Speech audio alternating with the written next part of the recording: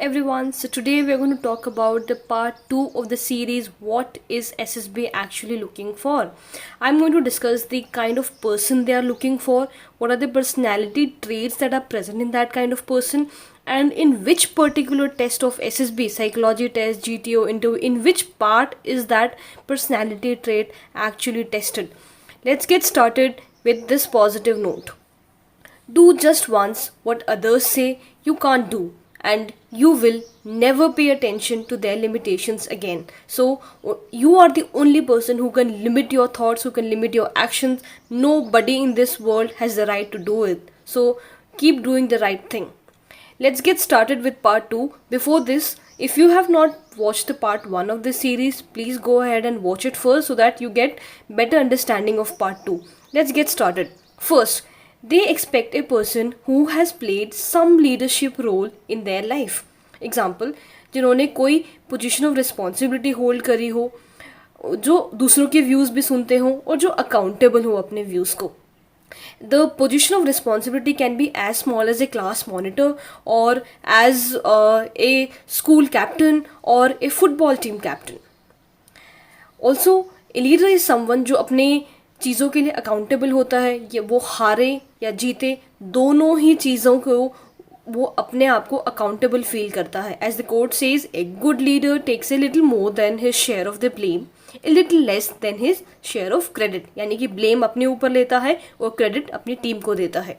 Also they are looking for a person जो दूसरों के व्यूज़ को सुन पाए, फीडबैक्स ले सके, सजेशंस ले सके और अपनी टीम को आगे लेके जा सके.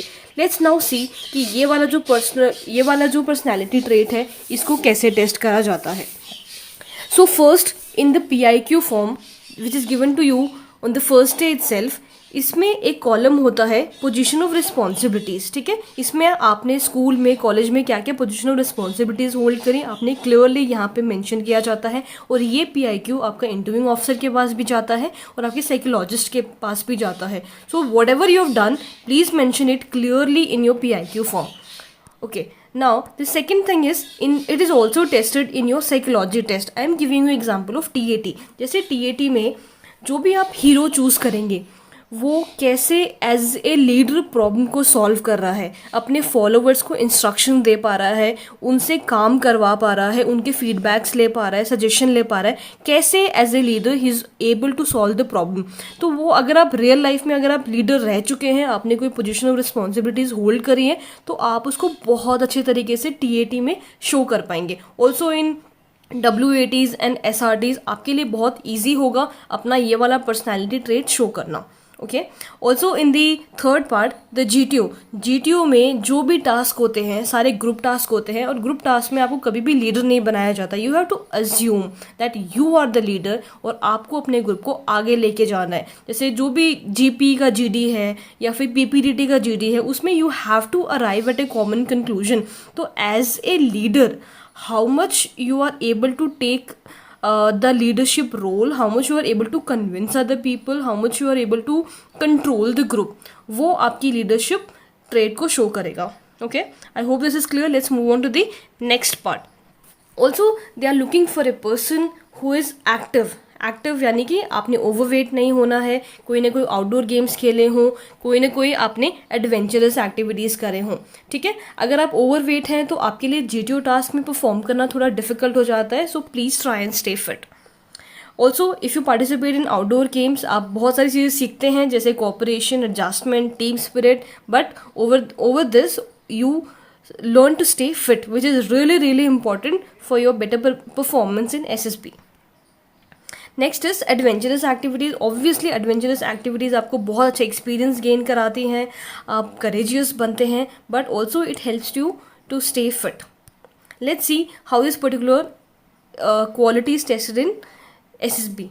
Mainly it is tested in your GTO task, in your individual obstacle, जहाँ पे आपको 3 मिनट के अंदर 10 ऑब्स्टिकल्स करने होते हैं. If you are physically fit, ये 10 ऑब्स्टिकल आपके लिए कुछ भी नहीं होते हैं. जो फिजिकली फिट लोग होते हैं वो नॉर्मली 2 राउंड कंप्लीट कर देते हैं इन 10 ऑब्स्टिकल्स का, right. So please try and stay physically fit so that you can perform better in your GTO.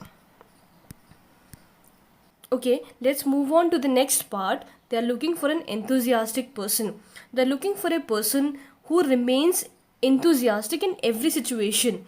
whether he is learning something new, whether he or she is meeting new people, or wherever they go, they spread the positivity around them. Okay, हमारे friend circle में भी ऐसे लोग होते हैं जिनके आते ही हमें ऐसा लगता है कि यस, कितना माहौल बहुत खुशमिजाज हो जाता है, right? Now how this particular trait is tested, this particular thing is tested all over the 5 days. आपका ओवरऑल एटीट्यूड कैसा रहता है, आपका जो ग्रुप बनाया गया है 10 लोगों का, उनमें आप कितना घुल मिल पाते हैं, कितना एक दूसरे को समझ पाते हैं, the way you answer in your interview, the way you participate in GD, आप कितना अप्रिशिएट कर पा रहे हैं दूसरे लोगों को. सो ये वाले जो सारे टेस्ट है, GTO, psychology, interview, conference, all the test, उसमें ओवरऑल आपका एटीट्यूड देखा जाता है, एंड आपकी एटीट्यूड में, आपकी पर्सनैलिटी में कितना एंथुजियाज्म है, that is going to be checked.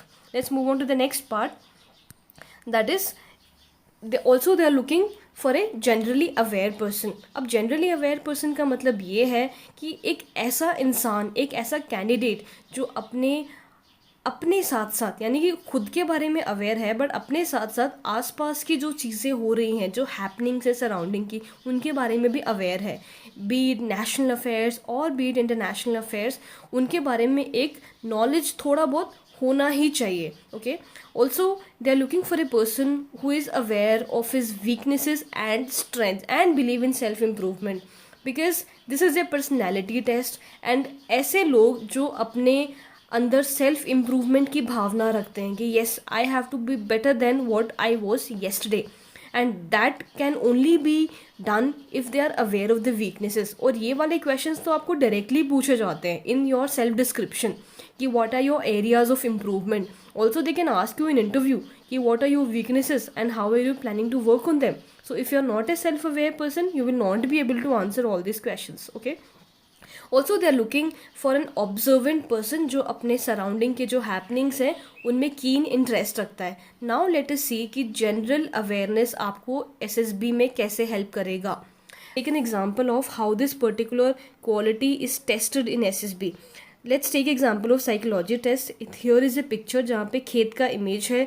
जो एक अवेयर कैंडिडेट होगा, जिसने न्यूज़पेपर्स पढ़े होंगे, उसको स्टोरी लिखने में बहुत ही ज़्यादा आसानी होगी, बिकॉज उसने न्यूज़पेपर्स में पढ़ा होगा कि अब रिसेंटली कौन से फर्टिलाइजर्स चल रहे हैं, क्या चल रहा है, ऑर्गेनिक फार्मिंग चल रही है या फिर what ever.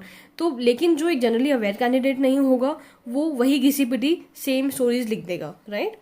Also in your group discussion as mention 10-15 minute का डिस्कशन होता है, और अगर 10-15 मिनट में आपके पास एक अच्छा नॉलेज बेस नहीं है टॉपिक का, then you are going to cut a sorry figure in your group discussion, और आप 10-15 मिनट तक सर्वाइव नहीं कर पाएंगे GT में. Okay, so it's better to go prepared. Also in your interview, knowledge is power, I would say, क्योंकि general awareness does not only cover your national affairs और international affair, it also covers how much aware you are about defense, right?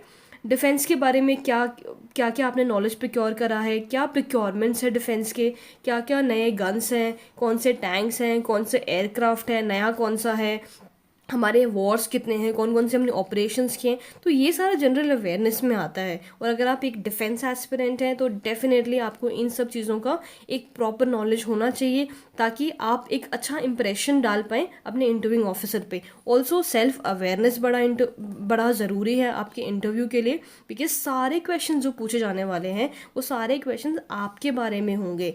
He is going to ask you about your parents, your friends, about your life, your school, your hobbies. So it is very very important to be self aware. Okay, let's move on to the last part. They are looking for a person who is clear about his goal, कि एक clarity है mind में कि ये मेरा गोल है, and in particular means को use करके मैं अपने गोल को अचीव कर सकता हूँ. Okay, now let us C how this particular quality is tested in your SSB.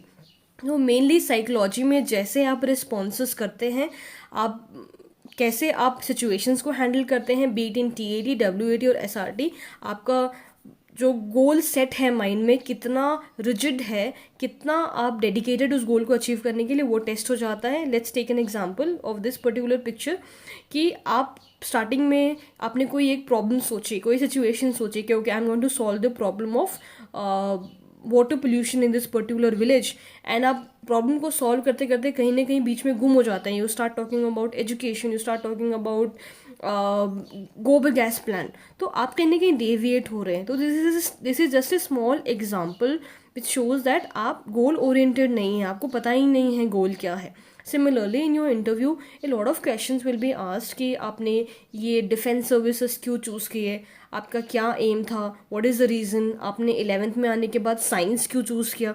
तो ये वाले जो क्वेश्चंस हैं इनको आंसर आप तभी ढंग से कर पाएंगे जब आपने अपना गोल ठीक से सेट करा हो और आपकी रीजंस बहुत क्लियर हों कि yes I have set this goal and this is the reason that I have chosen this particular goal and these are the means that I am going to use to achieve my goal. Okay, so I hope all the aspects of all the 5 kind of expectation that are there from you are clear now.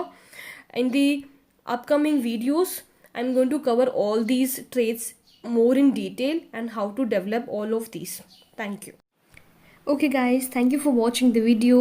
If you found this video helpful for your preparation, please hit the like button.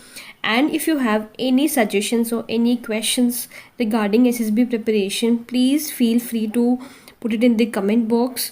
Also, do not forget to subscribe to the channel to give a kickstart to your SSB preparation.